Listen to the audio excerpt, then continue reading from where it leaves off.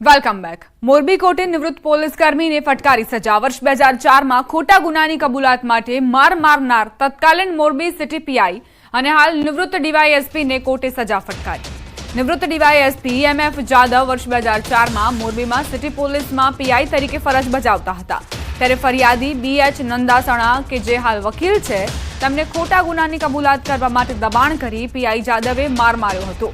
आरोपी विरुद्धની ફરિયાદના આધારે નિવૃત્ત ડીવાયએસપીને કોર્ટે 1 વર્ષની સાદી કેદની સજા ફટકારીને 1000 રૂપિયાનો દંડ ફટકાર્યો છે। અમદાવાદના વટવા જીઆઈડીસીમાંથી પકડાયેલ 200 કિલો ગાંજા મામલે તપાસમાં વધુ ચોંકાવનારા ખુલાસા સામે આવ્યા। તપાસમાં સામે આવ્યું છે કે આ બીજી ટ્રીપ હતી અને અત્યાર સુધીમાં 1000 કિલો ગાંજો ઉતારી ચૂક્યા છે। ભરૂચ, વડોદરા, પેટલાદ અને ખેડામાં કુલ 5 પેકેટ ઉતારી ચૂક્યા છે। દર પેકેટમાં 20 કિલો ગાંજો હોવાનું સામે આવ્યું। તેઓ દર વખતે ગુજરાતમાં આવ્યા બાદ સુરતથી ડ્રાઈવર બદલતા હતા, પરંતુ આ વખતે ડ્રાઈવર બદલ્યો ન હતો, જેથી પકડાઈ ગયા। હાલ આ રેકેટનો માસ્ટર માઇન્ડ કોણ છે તેની તપાસ ચાલી રહી છે।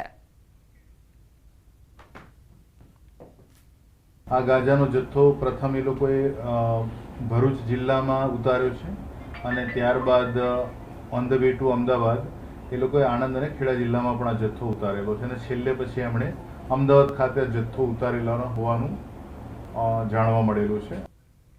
મહીસાગર જિલ્લાના લુણાવાડામાં ગેસ લીકેજની ઘટના। વરધરી ગામમાં નમનાર જૂથ પાણી પુરવઠા યોજનાના વર્ક્સ પ્લાન્ટમાં ગેસ લીકેજની ઘટના બની। ક્લોરીન ગેસ લીકેજ થતા અફરાતફરી મચી। ઘટનાની જાણ થતાં પાણી પુરવઠા વિભાગના અધિકારીઓ સ્થળ પર પહોંચ્યા। લોકોને પાણીના ટાંકા સુધી ન જવા અને દૂર રહેવા તંત્રએ અપીલ કરી। ક્લોરીન અતિ સંવેદનશીલ હોવાથી લોકો બેહોશ થવાની ઘટના ન બને તે માટે તંત્રએ પગલાં લીધા।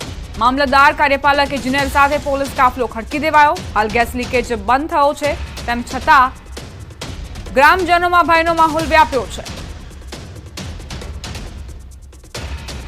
એટલે એવી કોઈ પણ દુર્ઘટના કે કોઈ પણ કોઈને નુકસાન થયું નથી અને અત્યારના હાલમાં પરિસ્થિતિને કંટ્રોલ કરી નાખેલી છે અને ક્લોરીન ગેસ પણ જે છે એ કંટ્રોલમાં આવી ગયેલો છે અને જીએસસીએલની ટીમ શોર્ટ ટાઈમમાં તે લોકોને ઇન્ફોર્મ કરી દીધું છે, હમણાં ટૂંક સમયમાં આવી જશે અને આ સિલિન્ડરને જે છે ને એ લોકો કયા કંપનીમાં પાછા એ લોકોના નોંધ પ્રમાણે પરત લઈ લેશે।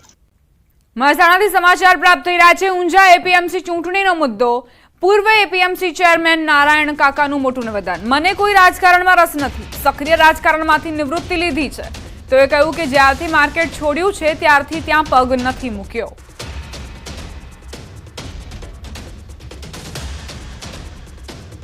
અરે હું નિવૃત્ત છું અને 87 વર્ષ થયો।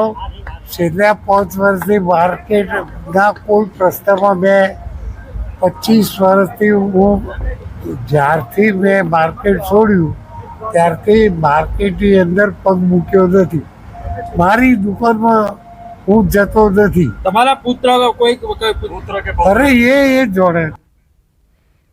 બનાસકાંઠામાં વર્ષ 2016માં થયેલા અકસ્માત મામલે હાઈકોર્ટમાં સુનાવણી હાથ ધરવામાં આવી હતી, જે મામલે હાઈકોર્ટે મહત્વનો ચુકાદો આપ્યો છે। હાઈકોર્ટે કહ્યું કે દારૂ પીને વાહન ચાલકે કરેલા અકસ્માતના કેસમાં વળતરની ચૂકવણી માટે વાહન ચાલક ખુદ જવાબદાર છે, માત્ર ઇન્સ્યોરન્સ કંપની પર વળતરની જવાબદારી નથી। ઇન્સ્યોરન્સ કંપની ઈચ્છે તો તે વાહન ચાલક પાસેથી ચૂકવેલું વળતર વસૂલ કરી શકે છે। રોંગ સાઈડમાં બેદરકારીપૂર્વક આવી કાર ચાલકે અકસ્માત સર્જ્યો હતો। અકસ્માતમાં અન્ય કાર ચાલકને ગંભીર ઈજા થઈ હતી। નિયમો મુજબ અન્ય રાજ્યોમાં શરીરમાં 30 mg દારૂનું પ્રમાણમાં વાહન ચલાવતી વખતે છૂટછાટ છે, પરંતુ ગુજરાતમાં દારૂબંધીના કારણે તે ગેરકાયદેસર છે। માલિક કોઈ એવા ડ્રાઈવરને ડ્રાઈવ કરવા આપે જે દારૂ પીને અથવા આલ્કોહોલ કન્ઝ્યુમ કરીને વ્હીકલ ચલાવતા હોય તો વ્હીકલ માલિકની પણ જવાબદારી થઈ શકે, માત્ર વીમા કંપનીની જવાબદારી એવું ના હોય શકે।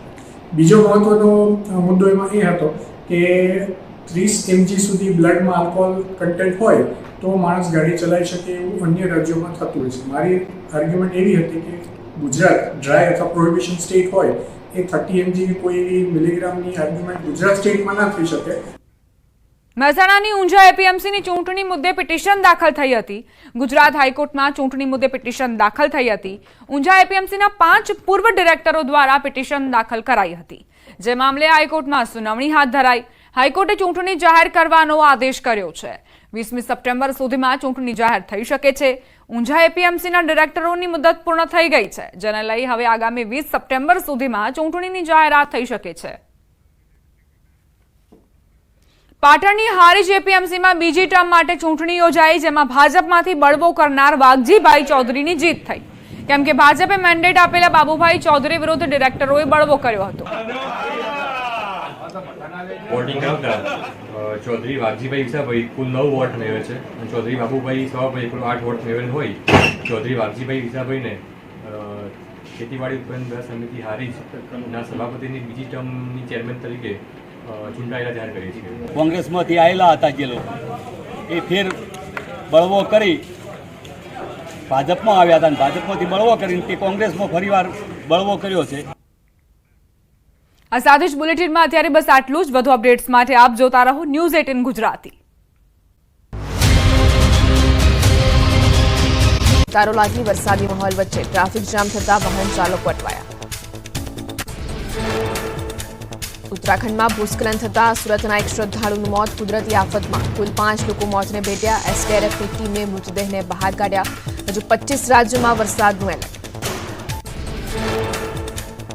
ધોધમાર વરસાદે છત્તીસગઢને ગમરોડ્યું. સંગીત નગરી ખોરગઢમાં ભારે વરસાદ થતા રસ્તા પર જળબંબાકાર. બજારોમાં નદીઓ વહેતી હોય તેવા દ્રશ્યો સર્જાયા. ઈટવારી બજારના રસ્તાઓ, દુકાનો, પુલ, મકાનોમાં પાણી ભરાયા. છત્તીસગઢના દંતેવાડા જિલ્લામાં ભારે વરસાદથી જનજીવન ખોરવાયું. બારસુ વિસ્તારના છિંદનાર, કુંડલીગુંડા, ચેરપાલ ગામોના રસ્તાઓ પાણીમાં ડૂબી ગયા. નદીના જળસ્તરમાં સતત વધારો થતા અનેક ગામોના સંપર્ક તૂટ્યા.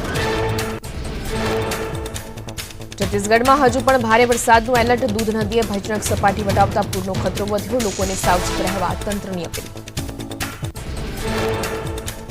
રાજસ્થાનના કરોલીમાં વરસાદ બાદ જળબંબાકાર. અનેક બજારો અને નીચાણવાળા વિસ્તારો પાણીમાં ગરકાવ. કચરા માર્કેટ અને અન્ય બજારોમાં પાણી ભરાઈ જતા દુકાનદારોને ભારે હાલાકી.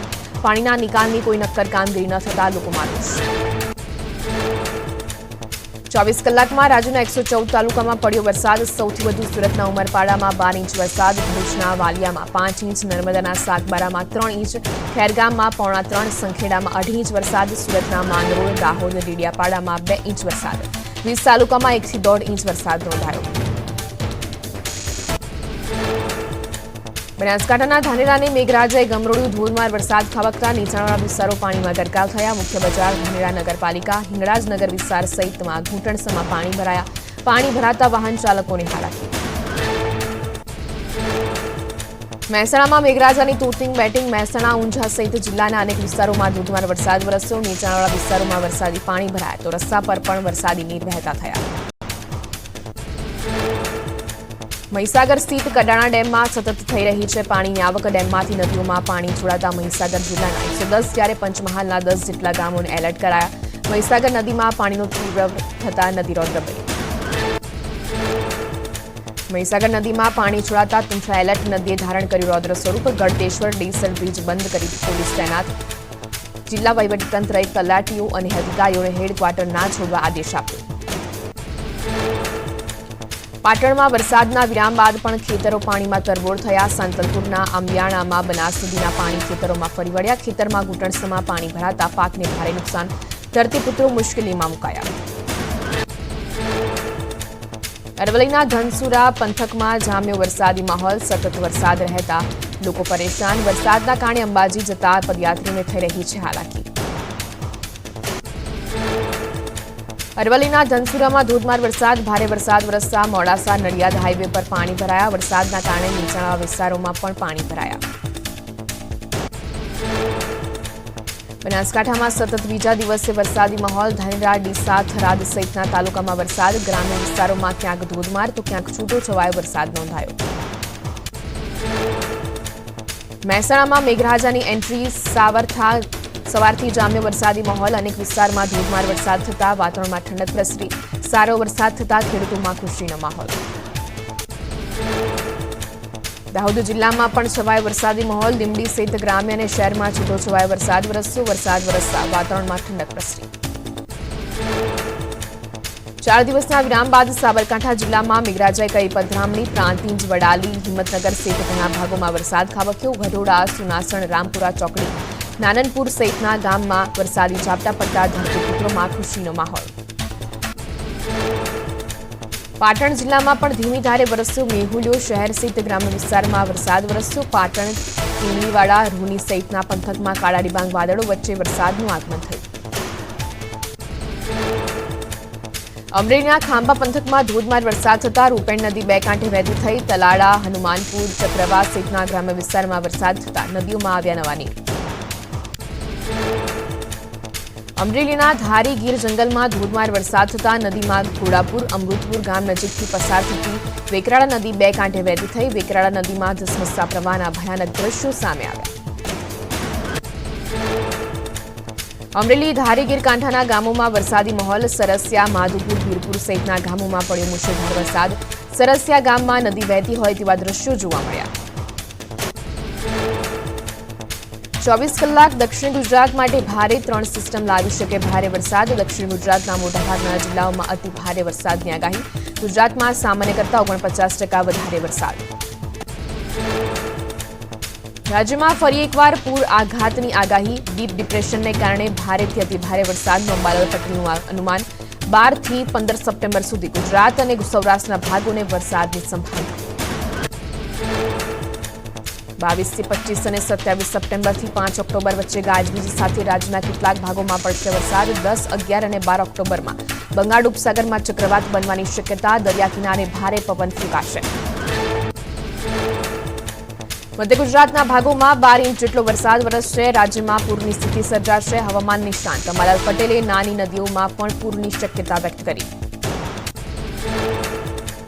નર્મદાના જળસ્તરમાં થશે વધારો. પંચમહાલ વિસ્તારમાંથી ભારે વરસાદની આગાહી. ઉત્તર ગુજરાત, સૌરાષ્ટ્રમાં ભારે વરસાદની આગાહી. 17, 18 સપ્ટેમ્બરે વધુ એક સિસ્ટમ થશે સક્રિય. 22 થી 26 સપ્ટેમ્બરમાં પણ ભારે વરસાદ.